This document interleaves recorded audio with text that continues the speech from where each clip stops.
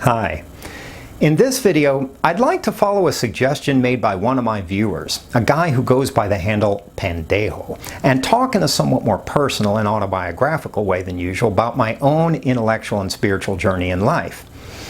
Basically, I'd like to tell you the story of how I became an accidental professor. That is, a professor who never planned to be one. I think it's important to talk in a more personal way, at least now and then, for a couple of reasons. The first reason has to do with holism, which is definitely a recurrent theme in my videos and is a big part of how I see life itself. According to the idea of holism, everything that we are is ultimately interrelated to every other thing that we are, which in turn is interrelated to the many social and world contexts we inevitably inhabit as we move from moment to moment in our lives. So, our intellectual ideas, theories, and values never simply arise ex nihilo, or out of nothing, but are expressions of and active forces in the greater totality of our lives, which of course also includes our personal history. So, from that perspective, it's always a good idea for us to own our ideas as, well, our ideas, as expressions of how we experience life, both historically and in the present. That's a good idea in part because it helps keep us honest about the true nature of our thinking, and consequently helps us avoid the unseemly hubris of acting as though we're simply handing down monolithic truths ex cathedra. But it's also a good idea because it might help you understand the things I'm talking about in these videos more completely, as expressions of a very particular way of experiencing life, which of course you may or may not share personally. This, in turn, can help you figure out whether what I'm saying has genuine relevance for you. So, all in all, I'd characterize my personal intellectual and spiritual journey mostly in terms of three chronological phases. First, a rationalist empiricist phase that began in my childhood and continued into my late 20s.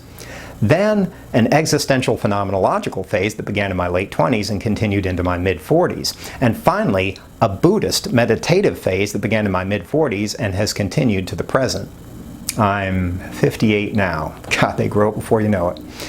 Anyhow, the first phase had mostly to do with discovering and then cultivating my intellectual talent. During my elementary school years, I didn't think of myself as particularly bright or academically capable, and my performance in school was usually pretty mediocre. In my mind, that was mostly because my teachers just weren't talking about anything interesting, at least not to me. I thought that if they could just start saying something at least marginally engaging, at least now and then, my performance in school would have been a lot better and I would enjoy it a lot more. And what interested me were the usual topics that enthrall boys of that age. Things like dinosaurs and the 7 wonders of the ancient world, and most especially in those days, the space program and the idea of exploring outer space more generally. Needless to say, I was a voracious reader of science fiction in those days, but that didn't count for much in elementary school. A few years later, in high school, I discovered that I had a knack for mathematics and for the physical sciences that involve mathematics, especially chemistry and physics. But by accident, I also discovered a talent that would eventually play a much larger role in my life. Back in those days, knowing anything about computers, and especially knowing how to program computers, was a pretty rare and arcane thing. But for some reason, in high school, I ended up taking an elective in computer programming, where we were supposed to learn to write code in Fortran 4. Yes, that was during the Pleistocene epoch. Anyhow, programming in Fortran came very naturally to me, and I was soon creating all sorts of games to entertain my fellow students. Things like blackjack, poker, and a primitive version of gladiatorial combat. Boys will be boys. Anyhow, I did very well in high school and earned several minor awards along the way. Part of that was due to my natural talent and inclination, but another part of it had to do with my painful and unhappy home life. At the time, my parents were well on their way to a difficult divorce, and so the household was basically a war zone a lot of the time, with periodic outbursts of physical violence, suicide threats, and visits from the police. To make matters worse, my younger brother, who was my only sibling, was deep in the throes of an ultimately fatal struggle with multiple addictions, probably fueled by all the other problems in the household. So, there I was, alone in the attic, often studying late into the night, desperately trying to plug my ears with my fingers to block out the sounds of screaming, cursing, and things being smashed. Basically, I found myself living a strange, double-sided existence. Unlike how it was for many of my peers, school was my escape and my haven, especially since I was getting a lot of positive attention there because of my academic achievement. But my home life was mostly a disaster and an embarrassment, and needless to say, I was reluctant to let my fellow classmates witness it. So my high school years were mostly lonely ones. I never once went to a school dance, and I never had a girlfriend in all that time, although I longed to have those kinds of normal adolescent experiences. But life during my teenage years was overwhelmingly about a combination of simple survival and academic achievement. And needless to say, the dream of going off to college, preferably several hundred miles away, was a pretty big motivator. So, immediately after high school, I did just that. I trundled off to college at Penn State, thankfully 200 miles from home, where I began as a biochemistry major. But I soon discovered that earning a PhD was pretty much a requirement for pursuing a career in biochemistry, and I definitely didn't want to wait that long before starting my adult life. So, after flirting with the idea of studying chemical engineering, I ultimately changed my major to computer science with a minor in math. I also tried to catch up socially, especially since I felt pretty backward in that area after the deprivations of my high school years. So, I pursued some fairly clumsy love relationships with women. I was basically a complete beginner in that area, and I definitely had a lot of catching up to do. But I learned a little bit more with each passing experience. I also got involved in playing rock guitar during that period and experimented with consciousness-expanding drugs such as LSD, psilocybin, and marijuana. Anyhow, I suppose that I was a bit of a hippie in those days, or at least a hippie wannabe, even though I was too young for the actual hippie era of the 1960s and early 1970s. But if I was a hippie, I was a hippie with an unusual twofold nature. On one hand, I was very interested in seeking out and understanding the deeper latencies of life and reality, especially by way of aesthetic and psychedelic experience. But I also had a very hard-nosed rationalist side, which was undoubtedly influenced by my contact with the natural and mathematical sciences. And this somewhat unusual twofold theme is something that has continued throughout my entire life, although I've since substituted meditation for my youthful psychedelic experiences. And although I'm definitely a lot less of a hardcore rationalist than I was when I was young, my wife will still get excited when, as she puts it, the engineer comes out, usually when I have to build or repair something around the house. Thankfully, that's a big turn-on for her. God bless. Anyhow, after graduating from college, I immediately went to work full-time as a systems analyst, or, as I used to say on my federal tax forms, a software demigod. I did that for 3 years, and I found it intellectually stimulating and financially rewarding, but in my heart, I was always asking myself, is this it? Is this all there is? To be solving these demanding abstract problems for intellectual stimulation and monetary reward? And I found that I couldn't honestly answer that question with a yes. I would look at the people around me who were maybe 5 or 10 or 15 years older than myself and try to imagine myself at that age in their shoes.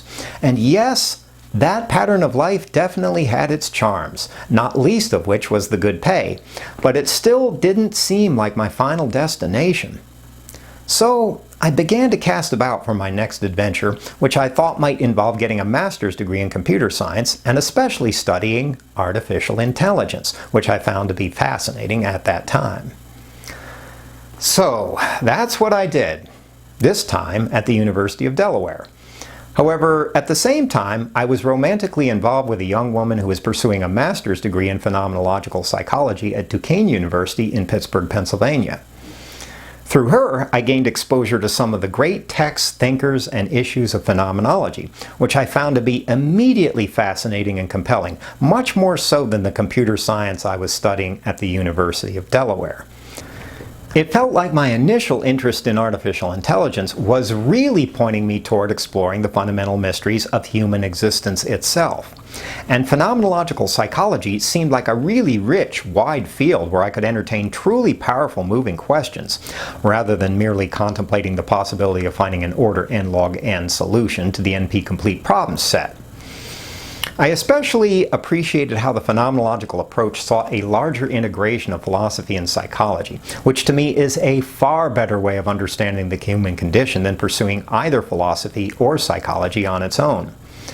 So, when I finished my MS in computer science, I immediately applied to my girlfriend's MA program. I didn't know whether they'd actually admit a young computer scientist with practically zero background in psychology and philosophy. But perhaps they were perplexed and/or bemused by my application, so contrary to their better wisdom, they admitted me. And so I moved in with my girlfriend in a small rented house in Pittsburgh and began the MA program, which by that point she had already finished. And boy, did I feel like I was behind the 8 ball. Practically everyone there knew way more about psychology and philosophy than I did, which wasn't too difficult. So I felt like I had to work very hard just to catch up. But having a girlfriend who was already proficient in all of that definitely helped a lot. Another thing I should probably mention is that MA program, as well as the PhD program which followed it, were clinically oriented programs. So, in addition to studying a lot of phenomenology, I also took all sorts of courses in psychotherapy and clinical praxis and completed a 2-year clinical internship too. I was definitely not in computer science land anymore. But the dramatic shift felt really positive to me, and through those years I felt a gradual softening of my earlier unyielding rationality. It was because, little by little, I was starting to see that there's really a lot more to life than that. The rationalist paradigm still had its charm and utility, of course, but I realized that it's far from a complete account of what really matters in life. So, I learned to attend to and honor all of the subtleties of our subjective experience that are not necessarily comprehensible from a strictly objective point of view, which is a lesson very much in keeping with a phenomenological approach to psychology. Basically, I was learning the lesson articulated so succinctly by Blaise Pascal in 1670, that the heart has its own reasons that reason knows not of.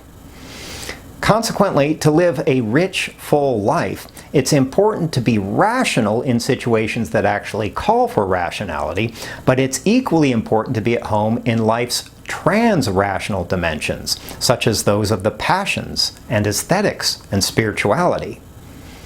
So, at any rate, I finished the MA program in phenomenological psychology, and since I really enjoyed it, I thought it would be a good idea to do a PhD in the same thing. So I again applied, and again, against their better judgment, they accepted me into their doctoral program at Duquesne University. And during my first doctoral year, I again had an experience that was to prove pivotal to my later career path. It took the form of being assigned a teaching assistantship where I had to design and deliver a course in introductory psychology to about 50 students, mostly freshmen and sophomores. At the time, I was actually hoping to get a research assistantship, partly because I didn't think I'd be very good at teaching. However, just the opposite turned out to be the case, and I very quickly became completely engrossed in the task of becoming the best teacher I could possibly be. Part of what captivated me about teaching was I sensed that, like psychotherapy, the pedagogical situation could also be a catalyst for profoundly positive change in people's lives. Another part of what I liked about teaching was how it was always throwing me back upon myself. always inviting me to discover my unique constellation of strengths as a human being and to come to grips with my imperfections and shortcomings too, especially with an eye toward eventually surpassing them. But perhaps more than anything else, I sensed that teaching was a boundless craft, more like an art than anything that could be simply done by rote or recipe. At the same time, I was drawn to the element of performance in teaching, especially because I've always found being on stage to be exciting. So, as I gained more experience, teaching became my muse and my passion, then and for many years afterwards. As a consequence, my route through the doctoral program eventually brought me to a crossroad. Either I could continue pursuing clinical psychology as a psychotherapist, or I could turn toward an academic career. I decided upon the latter, partly because of my love for teaching, and partly because while I enjoyed the work of psychotherapy, I didn't think I had enough stamina and endurance to do it as a full-time career. And so, at the end of the doctoral program, I began applying for positions as an assistant professor, the lowest professorial rank. I wasn't really thrilled with the idea of generating reams of scholarly publishing, which was always a nettlesome chore for me. Instead, I found vitality and fulfillment in the classroom, in actively working with students in their youthful struggles to move forward intellectually and into the wider plenum of life itself. In fact, I would say that I've always seen my time with my students as something incredibly sacred, as something filled with potency and boundless mystery and the exhilarating sense of adventure that courses through all that is life.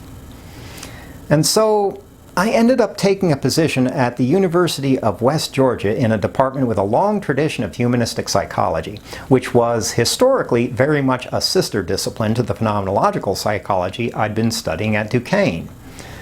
So I easily connected with the emphasis on humanistic psychology at West Georgia, and I enjoyed the chance to delve into it more deeply on a daily basis.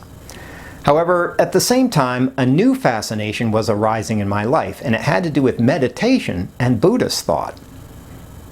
Actually, that phase had its roots in my earlier experience at Duquesne, when my erstwhile roommate, Alan Pope, taught me the basics of meditation and exposed me to Tibetan Buddhism, of which he was and still is an avid practitioner. He also taught me how to play chess while I taught him how to play the electric guitar. I think I probably got the better end of that deal. Anyhow, the third phase of my intellectual and spiritual journey, which has continued up to the present, has to do with cultivating meditative consciousness, especially within a Buddhist framework. Part of what drew me to meditation is that I realized that the whole point of studying things like consciousness and subjective experience is not merely to understand them as constructs, but to allow our understanding to draw us into actually deepening and expanding our experience of life itself. Practicing meditation does that by first offering us a way of experiencing life that's very different from the culturally predominant one, especially here in the West. That's because in the Western world, we hardly ever allow ourselves to become truly still and empty on the inside and to experience the river of being in its own right. Instead, we're mostly trying to get things done, to accomplish things and to be productive, and then to get to the weekend where hopefully we'll have some fun and be entertained. And while I'd say that that telic orientation to life has certainly brought some incredible benefits into the world, it has also exacted a very high price, especially with regard to our estrangement from the reality of existence. That is, our habitual alienation from the world, from each other, and most especially from ourselves. And I've found that practicing meditation can help counterbalance all of that in a very effective, immediate, and personal way. That's because meditation is basically a way of allowing ourselves to inhabit the present moment more fully. In other words, meditation is ultimately about awakening to reality, and at the same time, awakening to the human beings that we actually are, both individually and collectively. It's about awakening to our lives themselves. And I suppose that that's one way of describing where my intellectual and spiritual journey has carried me. At this point in time, my life is mostly about awakening, both at the level of my personal experience, as well as in the domain of assisting other people in their awakening processes as much as I can, which incidentally is really what this YouTube channel is all about. Of course, I wouldn't say that I'm completely awakened yet. In various ways, I feel like I'm still struggling with that. But I feel like I'm making progress, slowly but surely. And I would also say that the three major phases of my intellectual and spiritual journey have been important steps along that road. In my youth, I needed to see things in a very rational and objective way, just as I also needed to transcend that paradigm as I matured. And I also needed to learn to honor and understand the vagaries of subjective experience, especially by studying psychology and philosophy. And now, it seems, I need to walk along the path of gradual awakening by cultivating meditative awareness. And who knows what the future will bring, maybe another exciting paradigm shift. So, all in all, it seems like every step along my road, even the ones that might seem like juvenile mistakes or misdirections, has actually been necessary and essential to the greater totality of life as I've known it. And as my retirement from the academic world begins to loom on the horizon, I find myself happy with my lot, content with my destiny as an accidental professor, as a person who never planned or aspired to be an academician, but who fell into it by consistently pursuing the things that I love. So perhaps in the end, all of this has turned out to be nothing other than a kind of love story in disguise. Anyhow, thanks as always for watching. Peace out.